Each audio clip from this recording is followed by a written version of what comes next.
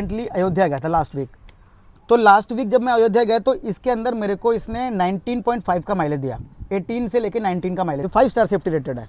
Nissan Magnite, जैसे कि आप सबकी डिमांड थी कि भाई निसान मैग्नाइट का एक ऑनरशिप रिव्यू आना चाहिए, तो वही ऑनरशिप आपके लिए है। और इसमें जानेंगे कि लेने से पहले क्या ऑनर ने और भी गाड़ियां देखी होंगी, क्या माइलेज है, क्या प्रॉन्स है, क्या कौन से, ऑल डिटेल यहाँ पे आपको मिलने वाली है। तो मैं इन्वाइट करना चाहूँगा गाड़ी के ऑनर को। उन्होंने हाल ही फिलहाल में अभी इस निसान मैग्नाइट को परचेस किया है, तो जानते हैं कि कैसा एक्सपीरियंस रह रहा है अभी तक सर का और कितनी गाड़ी इन्हें चला रखी है।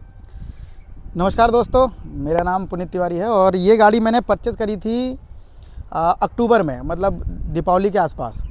और ये गाड़ी अभी तक मैं चला चुका हूँ 6700, मतलब 6700 किलोमीटर मैं लगभग गाड़ी चला चुका हूँ अभी तक का। लगभग 7000 मान ले कि आपने 7000 किलोमीटर हाँ, चला दी। 7000 किलोमीटर मैंने गाड़ी चला दी है। वैसे गाड़ी तो अगर मैं आपको बताऊँगा तो नहीं पुनीत भाई, पहले एक चीज़ मैं आपसे पूछना चाहूँगा कि आपने जब ये मैग्नाइट ली तो मैग्नाइट लेने से पहले आपने और भी सेगमेंट की गाड़ी देखी होंगी, क्योंकि इस प्राइस पॉइंट में मुझे नहीं लगता कि टियागो, पंच और एक्सर वगैरह और भी चीज़ें मिलती होंगी। तो इसको लेने का क्या ऐसा ओपिनियन आपका रहा है? तो जब मैंने ये गाड़ी मैं ले रहा था तो मैंने बहुत सी गाड़ियों को मैंने देखा भी था। एक्चुअली क्या था, मेरे पास पहले थी इयॉन, तो मेरे को इयॉन से अपग्रेड करना था। मैं सोच रहा था कॉम्पैक्ट एसयूवी में। तो मैंने 2-3 गाड़ियाँ देखी, मैं नेक्सॉन भी देखी थी टाटा की, फिर मैंने पंच भी देखी थी, मैंने ब्रीज़ा भी देखी थी। पर मेरे को ना ब्रीज़ा कुछ ज़्यादा समझ में आ रही थी। अच्छा। क्योंकि ब्रीज़ा जो है जैसे कहा जाए कि इंडियन मार्केट के अंदर सबको पता है कि कॉस्ट कटिंग वाली गाड़ी भी है और मतलब लो मेंटेनेंस गाड़ी है। हाँ। तो मेरे को ब्रीज़ा समझ में आ रही थी, लेकिन ब्रीज़ा का जो प्राइस था ना वो थोड़ा सा काफ़ी हैवी जा रहा था। एक तो गाड़ी का जो इंजन 1.5 लीटर वाला जो था, तो उसके चक्कर में गाड़ी 10 लाख से ऊपर चल रही थी। अच्छा। और मेरा बजट जो था ना उससे कम था। तो उस रेंज में मेरे को टाटा ने एक प्राइस दिया था नेक्सॉन पे, मतलब 9 लाख 9.5 लाख के आसपास का। तो वो भी मैं सोच रहा था कि नेक्सॉन जो है, मतलब जो उसका शेप है वो, मतलब और उसकी जो पावर है वो कहीं ना मेरे को जस्टिफाई नहीं हो पा रही थी। क्योंकि मैं जैसे गाड़ी मैं आपको बताऊँ, नॉर्मली गाड़ी चलाता हूँ, मेरे को ना रोड रेस करनी होती किसी के साथ। हाँ। ना ही मुझे गाड़ी भगानी है, ना बम्प में कुदाना, कहीं कोई मतलब नहीं है। और माइलेज तो चाहिए ही चाहिए। माइलेज तो चाहिए ही था। और दूसरा क्या था कि जैसे ना मैं बड़ा, मतलब वो समझ लीजिए कि आप एक वैसा गाड़ी चलाता हूँ कि जिसमें आपको सेफ़ एंड सिक्योर आप चलोगे, माइलेज भी अच्छी निकालोगे और लॉन्ग टर्म के लिए गाड़ी आप चला सकते हो। अच्छा, पावर जो है नेक्सॉन में काफ़ी अच्छी है, ये इसमें नो डाउट है कि इससे मुकाबले नेक्सॉन की पावर ज़्यादा है। क्योंकि 1.2 लीटर इंजन था और ये है 1 लीटर इंजन। अच्छा, तो यहाँ पे ये 1 लीटर इंजन के साथ आपको एसी पे प्रॉब्लम लगती है कि गाड़ी दब रही है? नहीं, या फिर... नहीं, अभी तक तो मुझे ऐसी कोई प्रॉब्लम नहीं लगी। हाँ, लेकिन 1 लीटर इंजन आप जब हाईवे पे आप चलेंगे तो आपको थोड़ा सा तो वो लगेगा लैग। जब आप ओवरटेक करेंगे गाड़ी को तो थोड़ा लैग महसूस होती है। ऐसे नेक्सॉन आप ओवरटेक करेंगे वो जल्दी निकल जाती है, ये थोड़ा सा लैग लगेगा आपको कि हाँ एकदम से पिकअप पकड़ना है। लेकिन मैंने जब सुना था कि एसी पे अगर आप इसको चलाओगे तो पिकअप कम लगेगा, एसी बंद करोगे तो पिकअप अच्छा लगेगा, ऐसा है क्या? नहीं, ऐसा बिल्कुल नहीं है, मुझे तो फील नहीं हुआ। अच्छा, एक चीज़ और है कि मतलब अब कंपनी है इसकी, तो सर्विस में कुछ प्रॉब्लम आती है? नहीं, देखिए मैं बता रहा हूँ, जहाँ मैं रहता हूँ यहाँ से 35 किलोमीटर की दूरी पे हल्द्वानी पड़ता है शहर। हाँ। वहाँ पे इसका सर्विस सेंटर है। तो मैंने गाड़ी का जब जैसे 2000 किलोमीटर पे इसका जनरल चेकअप होता है, तो मैं वहाँ पे भी लेके गया था। 2000 किलोमीटर पे बढ़िया रिस्पांस मिला, शोरूम की तरफ से अच्छा मिला। तो फिर एक और सर्विस कॉस्ट क्या रहती है गाड़ी की लगभग? सर्विस कॉस्ट नॉर्मल है, नॉर्मल आपका जैसे आप ऑल्टो की सर्विस कराओ या आप नेक्सॉन की सर्विस कराओ तो नॉर्मल 6-7 हज़ार रुपये का नॉर्मल सर्विस हो जाती है। वही सेम सर्विस इसकी भी है। अच्छा, 7,000 रुपये के तो आसपास आपका। आपने ये गाड़ी लगभग 7000 चला दी है। हाँ। तो 7000 में आपको क्या कमियां लगी इस गाड़ी में जो आप व्यूवर्स को बताना चाहेंगे, ताकि अगर कोई भी बंदा अपना बिना पैसे लगाए और इस वीडियो को देखने के बाद जजमेंट ले ले कि भाई ये गाड़ी लूं या फिर इस सेगमेंट की कोई और गाड़ी? देखिए, अगर मैं बताऊं तो अगर गाड़ी के हिसाब से अगर आप बात करेंगे ना, तो गाड़ी में इस प्राइस रेंज में कोई कमी नहीं है। अच्छा। हाँ, अगर आप इस गाड़ी का डायमेंशन देखते हैं या आप गाड़ी का इंजन देखते हैं तो आपके दिमाग में एक ज़रूर बात से रहेगी कि 1 लीटर का इंजन है, पावर कम देगी। लेकिन ये मैं आपको 2 चीज़ें समझाता हूँ जो मैंने अपना पर्सनल एक्सपीरियंस किया। एक यूज़र ऐसा है जिसको गाड़ी चलानी है नॉर्मल, उसने जैसे घर से निकाल रहा है, अपनी फैमिली लेके जा रहा है, ज़्यादा उससे भगानी नहीं है, ज़्यादा कुछ करना नहीं है, लो मेंटेनेंस में चाहिए, उसके लिए सही है। लेकिन एक यूज़र ऐसा है जो कार एंथुसियास्ट है, उसके लिए थोड़ा सा उसके लिए ये हो जाएगा कि उसको थोड़ी पावर की फीलिंग कम आएगी। बाकी अगर आप देखोगे इस चीज़ के अंदर तो आप डायमेंशन देख लो इस गाड़ी का कितना बेहतरीन है। और अंदर भी आप देखोगे ना, काफ़ी आपको स्पेस देखने को मिलेगा। मतलब प्रीमियम टाइप गाड़ी है। हाँ हाँ प्रीमियम। अगर आप वैसे अगर आप स्पेस देखेंगे ना तो आपको कहीं ना कहीं क्रेटा जैसी फीलिंग आपको देखने को मिलेगी। और जिस प्राइस पॉइंट में ये गाड़ी है उस प्राइस पॉइंट में मतलब हैचबैक भी आप ले लोगे? इस प्राइस पॉइंट में भैया हैचबैक ही मिलती है, मैं आपको बताऊं, हैचबैक ही मिलती है। मैं गया था जब ना टाटा में, तो मैंने पंच देखी थी। अच्छा। पंच का जो बेस मॉडल था वो लगभग जो इसका रेंज है वही सेम प्राइस था, लेकिन फीचर नहीं मिल रहे थे उसमें मेरे को। अच्छा। अब तो फेसलिफ्ट आ गया है तो उसके अंदर थोड़े फीचर भी आ गए हैं। हाँ। लेकिन जब मैं इसको लेने गया था ना तब उस समय पंच में उतने फीचर्स नहीं थे। अभी इसके अंदर बेस मॉडल से ही आपको 5 स्टार सेफ्टी रेटिंग मिल जाती है। और ये कौन सा मॉडल है? ये है बेस से अप वाला वेरिएंट। अच्छा, मतलब बेस से ऊपर वाला। हाँ, वीजिया से ऊपर वीजिया प्लस। अच्छा। तो इस वेरिएंट के अंदर मुझे वो सारी चीज़ें मिल गई जो मुझे आफ्टर मार्केट कुछ नहीं कराना पड़ा। 2-3 परफॉर्मेंस की क्या कहानी है इस गाड़ी? परफॉर्मेंस भैया देखो मैं आपको बताऊं, परफॉर्मेंस बेटर है। अगर आप इसको बहुत तेज़ी से नहीं भगा रहे हैं, नॉर्मल गाड़ी चला रहे हैं तो बहुत अच्छा है। और मैंने आपको बताऊं जैसे कि ना जनरली आदमी क्या होता है कि गाड़ी भगाता है 100, 120, 130, 140, तो मैंने इस गाड़ी को 135 तक तो भगाया है। अच्छा। 135 के बाद भैया मेरी भी हालत ख़राब हो गई थी, तो मैं जनरली 120 से ऊपर गाड़ी लेके जाता नहीं हूँ। तो 120 तक तो गाड़ी आराम से बड़े प्यार से टच करती है, कोई दिक्कत नहीं आती है। और एक चीज़ और बताता हूँ भैया, मैं ये ना हमारा मेरा जो शहर है उस शहर के बगल में ही एक फ्लाईओवर है। वो फ्लाईओवर का जो सर्किल है ना वो काफ़ी राउंड है। मैंने उस सर्किल पे इस गाड़ी को 80 के स्पीड में मैंने टर्न किया था। और जैसे बहुत से लोग कहते हैं ना कि हल्का इंजन है, गाड़ी उड़ जाती है या डिसबैलेंस होती है, मुझे बिल्कुल कोई फील नहीं हुआ। क्योंकि 1.0 लीटर का इंजन है तो ये चीज जो आप कह रहे हो ना ये हर एक बंदा फील करेगा, लेकिन अब प्रैक्टिकल आप बता रहे हो तो शायद ऐसा नहीं हो। हाँ बिल्कुल, मैंने इस गाड़ी को 80 की स्पीड में टर्न करा, कोई दिक्कत नहीं थी। और एक चीज़ और बताऊँ, इसकी स्टेबिलिटी बहुत अच्छी है। अच्छा। हाँ, स्टेबिलिटी इसकी स्टीयरिंग की या इसकी ब्रेकिंग की स्टेबिलिटी बहुत अच्छी है। अच्छा, निसान जो है वैसे तो जापान की कंपनी है, जापान का आपको पता ही है। हाँ। वो सारी चीज़ें अच्छी होती हैं, टोयोटा भी जापान की है। तो ये इसके अंदर ना ये फैसिलिटी और आप ये कहोगे इसकी परफॉर्मेंस काफ़ी अच्छी है। और लुक वाइज भी गाड़ी अच्छी लगी मुझे। नहीं, लुक तो नो डाउट काफ़ी प्यारा है गाड़ी का। हाँ। क्योंकि कितने की पड़ी थी अपने को ये गाड़ी? भैया मैं आपको बताऊं, जैसे ये गाड़ी, ये वाला जो वेरिएंट है ये मेरे को 6,80,000 रुपये ऑन रोड पड़ा था। ये बेस से ऊपर वाला है? बेस से ऊपर वाला। हाँ, तभी मैं कहूँ आप बार बार कह रही हैचबैक में मिलेगी, क्योंकि 6,80,000 में स्विफ्ट भी नहीं मिलेगी। हाँ। और कहीं ना कहीं टियागो का बेस वगैरह आएगा, उसमें भी बहुत सी चीज़ें मिसिंग रह जाएंगी, उसमें भी बहुत सी चीज़ें मिसिंग हो जाएंगी। हाँ, जो इसके अंदर फीचर काफ़ी अच्छे हैं। फीचर्स काफ़ी अच्छे हैं। क्या क्या फीचर आप इंटीरियर में एक बार दिखाना चाहेंगे कि बिल्कुल, ये कुछ ऐसा है और इस प्राइस पॉइंट के साथ आप बिल्कुल सफिशिएंट। लेकिन एक चीज मैं पुनीत भाई आपको रोकना चाहूंगा। हाँ। आपका जो चैनल है वो किस नाम से है? मेरा एक यूट्यूब पे चैनल है मिस्टर किंग्स गैरेज के नाम से, और मैं गाड़ियों का ही रिव्यू उस पर भी करता हूँ।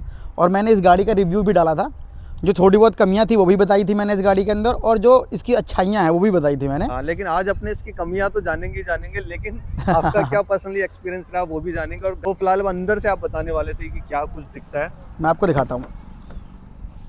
आप जैसे लुक एक वैसे नॉर्मल लुक देखिए। हाँ। गाड़ी के अंदर ना 2-3 चीज़ें आपको ऐसी लगेंगी कि हाँ थोड़ा सा प्रीमियमनेस आपको दिखेगा। जैसे इसका स्टीयरिंग है।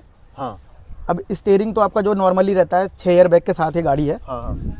और इसके अंदर ABS, EBD, ट्रैक्शन कंट्रोल और ये सारी चीज़ें तो मिलती ही मिलती हैं। इसके अंदर TPMS भी मिलता है, जो ये बेस वेरिएंट से देती हैं। TPMS tyre pressure monitoring system. उससे क्या होगा कि चारों टायर की ईयर आपको बता देगा कि हाँ कौन से टायर में। लेकिन जैसे ना ये वाला जो वेरिएंट है तो इसके अंदर एक फीचर है कि जो इसका TPMS है वो थोड़ा बेस मॉडल टाइप का है। मतलब वो ये बताएगा कौन से टायर में हवा कम है। अच्छा, कैसे दिखती है एक बार देख लेते हैं। इतनी छोटी गाड़ी के अंदर TPMS मैंने आज तक नहीं देखा कि भाई इस प्राइस पॉइंट में पंच आती है, एक्स्ट्रा हाँ। आती है, लेकिन उन किसी में TPMS आपको नहीं मिलता है।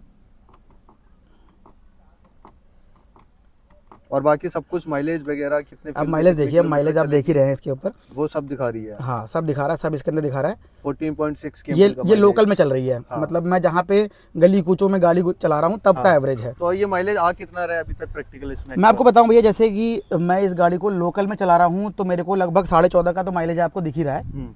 लेकिन जैसे ना अभी मैं रिसेंटली अयोध्या गया था लास्ट वीक, तो लास्ट वीक जब मैं अयोध्या गया तो इसके अंदर मेरे को इसने 19.5 का माइलेज दिया। 18 से लेके 19 का माइलेज दिया था। अच्छा। हाँ, और वो माइलेज इसने तब दिया जब मैंने गाड़ी 70 भी चलाई, 40 भी चलाई, अच्छा 100 भी चलाई, 120 भी चलाई, ब्रेकिंग भी खूब हैश मारा इसके अंदर। मतलब मैंने कोई रोक टोक नहीं करा, ना ही मैंने कोई माइलेज निकालने की कोशिश करी। तो हाईवे पे लगभग ये गाड़ी थी, और मैं हाईवे पे भी नहीं था। मैं हाईवे छोड़ करके जो अलग रूट चलता है जहाँ से टोल नहीं लगता, मैं उस रूट पे था।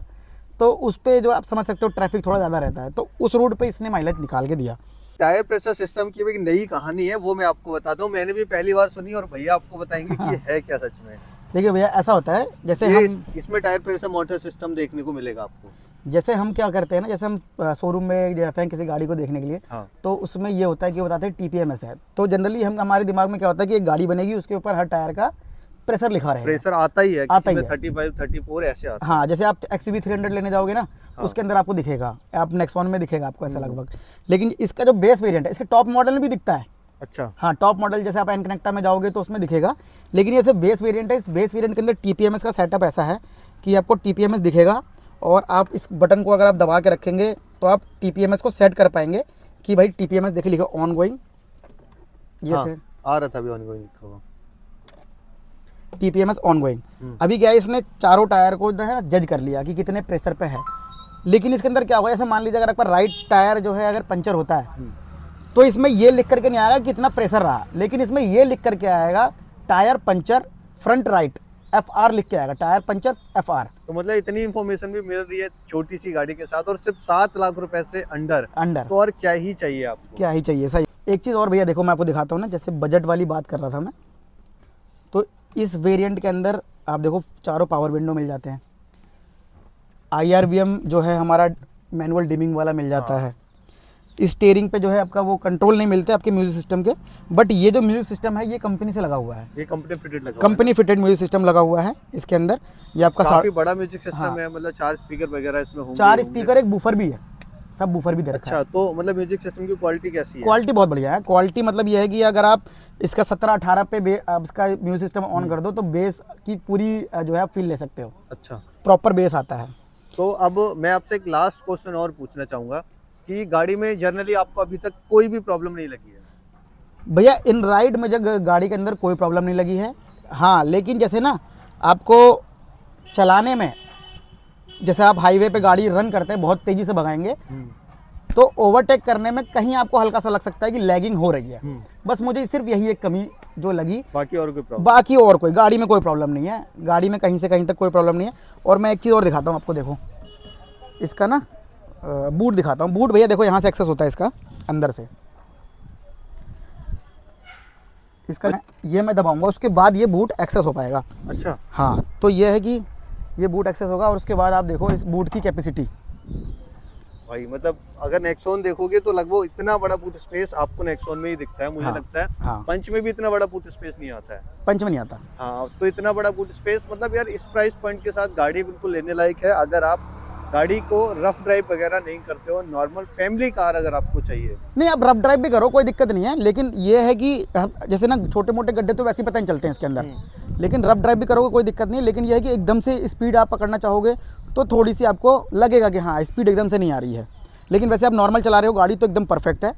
अच्छा, तो मैं आपसे एक चीज़ और पूछना चाहूँगा कि आप सजेस्ट करोगे जो व्यूअर्स गाड़ी लेने का प्लान कर रहे हैं, को फर्स्ट टाइम बायर है हाँ। और सेकंड टाइम बायर है, और एक बजट के अंडर, मतलब 7 लाख के अंडर आपका बजट है, तो आप ये गाड़ी लेना चाहेंगे, आप प्रेफरेंस दोगे? बिल्कुल भैया, मैं देखिए मैं आपको बता रहा हूँ, आज भी जैसे ना मैं आपको बताऊँ, अगर मेरा पर्सनल एक्सपीरियंस आप बताएंगे तो नेक्स्ट ये पंच की जो है फेसलिफ्ट आ गया है, उसका भी प्राइस लगभग सेम है। लेकिन अगर आप मेरे से पूछेंगे ना कि पंच फेसलिफ्ट लेना चाहोगे या मैग्नाइट लेना चाहोगे, तो मैं आज भी ये कहूँगा कि मैग्नाइट लेना चाहूँगा। और क्यों लेना चाहूँगा मैं आपको बताता हूँ। जो इसकी डायमेंशन है, ये डायमेंशन आपको देखने को मिलेगी नेक्सॉन वाली, ये डायमेंशन आपको देखने को मिल जाएगी इज़ा वाली, यही आपको जो है टैगोन में देखने को मिलेगी। और पंच की डायमेंशन इससे कम हो जाती है, तो पंच में अंदर स्पेस भी कम मिल जाता है। तो मतलब कहीं ना कहीं पंच को पूरा पीछे छोड़ती है। अगर इंजन 1.2 लीटर होता तो, इंजन अगर 1.2 लीटर होता भैया तो ये पंच को पीछे नहीं छोड़ती है, कहीं ना कहीं नेक्सॉन को भी पीछे छोड़ जाती है प्राइस पॉइंट के हिसाब से और सेलिंग के हिसाब से। जैसे पहले क्या था कि इसका मार्केट में दबदबा थोड़ा कम था क्योंकि 2 स्टार रेटिंग में आती थी, लेकिन जब से 5 स्टार रेटिंग हुई है, इसमें सारे फीचर्स आए हैं। ये 5 स्टार सेफ्टी रेटेड है? ये 5 स्टार सेफ्टी रेटेड है, तभी मतलब सेफ्टी का कोई खतरा नहीं है? कोई खतरा नहीं है, 5 स्टार सेफ्टी रेटेड है। और इसकी टेस्टेड भी है, मैं बताऊँ ये पहले टेस्टेड नहीं था लेकिन अब टेस्टेड हो गया है, ये ग्लोबल एनकैप में टेस्टेड किया हुआ है। तो मतलब गाड़ी में बैठ के फील होता है कि भाई 5 स्टार है, हाँ, सब सेफ है, डर नहीं लगता कि हाँ बस ठीक है। पहले जैसे भरोसा है ना इंसान का कि जो है टाटा मोटर की गाड़ी है तो डर की कोई दिक्कत नहीं है, इसमें भी बैठ के ही लगता है कि हाँ डर की कोई दिक्कत नहीं है। एक चीज़ और देखी होगी, हालांकि मैंने सीट कवर बाद में लगवाई, तो इसके अंदर एक फीचर है ये वाला भी मैं ये खोल के दिखाता हूँ। अच्छा, हैंडरेस्ट का भी ऑप्शन आपको हैंडरेस्ट मिलता का है भी इसमें? ऑप्शन है भैया।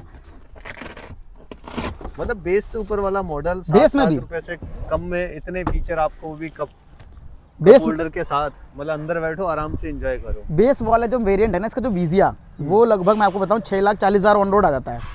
उसके अंदर भी ये वाला फीचर है, और इसके अंदर भी सारे मेरे वेरिएंट में फ़ोन होल्डर भी है और कप होल्डर भी है। अच्छा, हाँ, ये सब वेरिएंट में आता है। और ये एक बेटर चीज़ है कि जब आप लॉन्ग राइड पे निकलते हैं अपनी फैमिली को लेकर के, 4 लोग जा रहे हैं, तो बीच में अगर पानी वानी पीना, कुछ चीज़ रख के आराम से आप पी सकते हैं, हैंडरेस्ट से अपना आराम से बैठ भी सकते हैं। ये भी मुझे अच्छा लगा था इसके अंदर। और एक चीज़ और, इसका जो हेडरेस्ट है ना रियर वाला, हाँ, ये भी एडजस्टेबल है। अच्छा, रियर के हेडरेस्ट दोनों एडजस्टेबल दोनों adjustable है। ड्राइवर और को ड्राइवर सीट के हाँ, दोनों एडजस्ट दोनों एडजस्टेबल है। और ये 60-40 स्प्लिट सीट है, 60-40 भर के फीचर यार, भर के price फीचर point है के हिसाब से बहुत ही ज़्यादा। मतलब मैं मानूं तो आप इस गाड़ी से कहीं तक भी ऐसा नहीं कि मतलब आपको अनसेटिस्फैक्शन महसूस हुआ हो कि यार मैंने इतना पैसा लगाया और ये नहीं है वो नहीं है। ना बिल्कुल, ये सारी चीज़ें मिली। आप कहीं ना कहीं आप अभी भी जाओगे ना भैया, तो आपने एक चीज़ देखा होगा, आप नेक्सॉन देखना, नेक्सॉन का जो प्योर वेरिएंट आता है उसमें भी जो है 60-40 वाली सीट नहीं आती है, वही बेंच फोल्डिंग आती है। तो ये वाला फीचर इसके अंदर दे रखा है। और मैं आपको बताऊँ, ये 6 लाख 6.5 लाख पकड़ लो आप। ये तो इसका अपर वेरिएंट है, लेकिन इसका बेस वेरिएंट लोगे ना, उसमें भी ये वाली फीचर आते हैं। अच्छा, हाँ, शार्क फिन एंटीना भी इसके अंदर दे रखा है। ये वाला तो चीज़ कुल है। मिला के नेक्सॉन छोड़ के ये ली, लेकिन इसको लेने के बाद भी सेटिस्फैक्शन पूरा है। हाँ, सेटिस्फेक्शन पूरा है।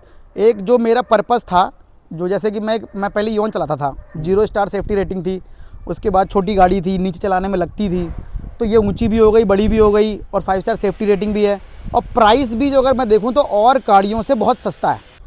और भैया इसमें एक चीज़ और है, आपने देखा होगा ना, जैसे आप पंच वगैरह लोगे तो हाँ। पंच का जो प्राइस है वो लगभग बराबर ही है, लेकिन उसमें अगर व्हील का तो मेरे को पता नहीं कि पंच में कितने इंच का व्हील आ रहा है, लेकिन इसमें 16 इंच का व्हील आता है। अच्छा, हाँ, इसमें 16 इंच का व्हील है। और ये व्हील कैप है, ये अलग से लगवाया है मैंने, ये स्टील रिम ले रखा है मैंने, तो ये व्हील कैप अलग से लगवाया। बाकी अगर दूर से देखोगे तो ऐसा लगता नहीं है कि ये व्हील कैप लगा हुआ है। लेकिन एक चीज बताऊं, मैं खुद शौक हूँ, गाड़ी की जो रोड प्रेजेंस देखी और अंदर लेग रूम देखा है, उस हिसाब से ना गाड़ी प्राइस पॉइंट के हिसाब से भाई कहीं ना कहीं कॉस्ट से भी ज़्यादा ऊपर के फीचर इसमें मिलते हैं। बहुत ज़्यादा फीचर्स हैं इसके अंदर। तो दोस्तों, अगर आप भी 7 लाख से नीचे के बजट की कोई भी गाड़ी लेना चाहते हैं, तो जैसे कि ऑनर ने बताया उस हिसाब से बिल्कुल आप सेटिस्फाइड रहेंगे। तो यही थी आज की वीडियो, मिलते हैं नेक्स्ट वीडियो में। Thanks for watching.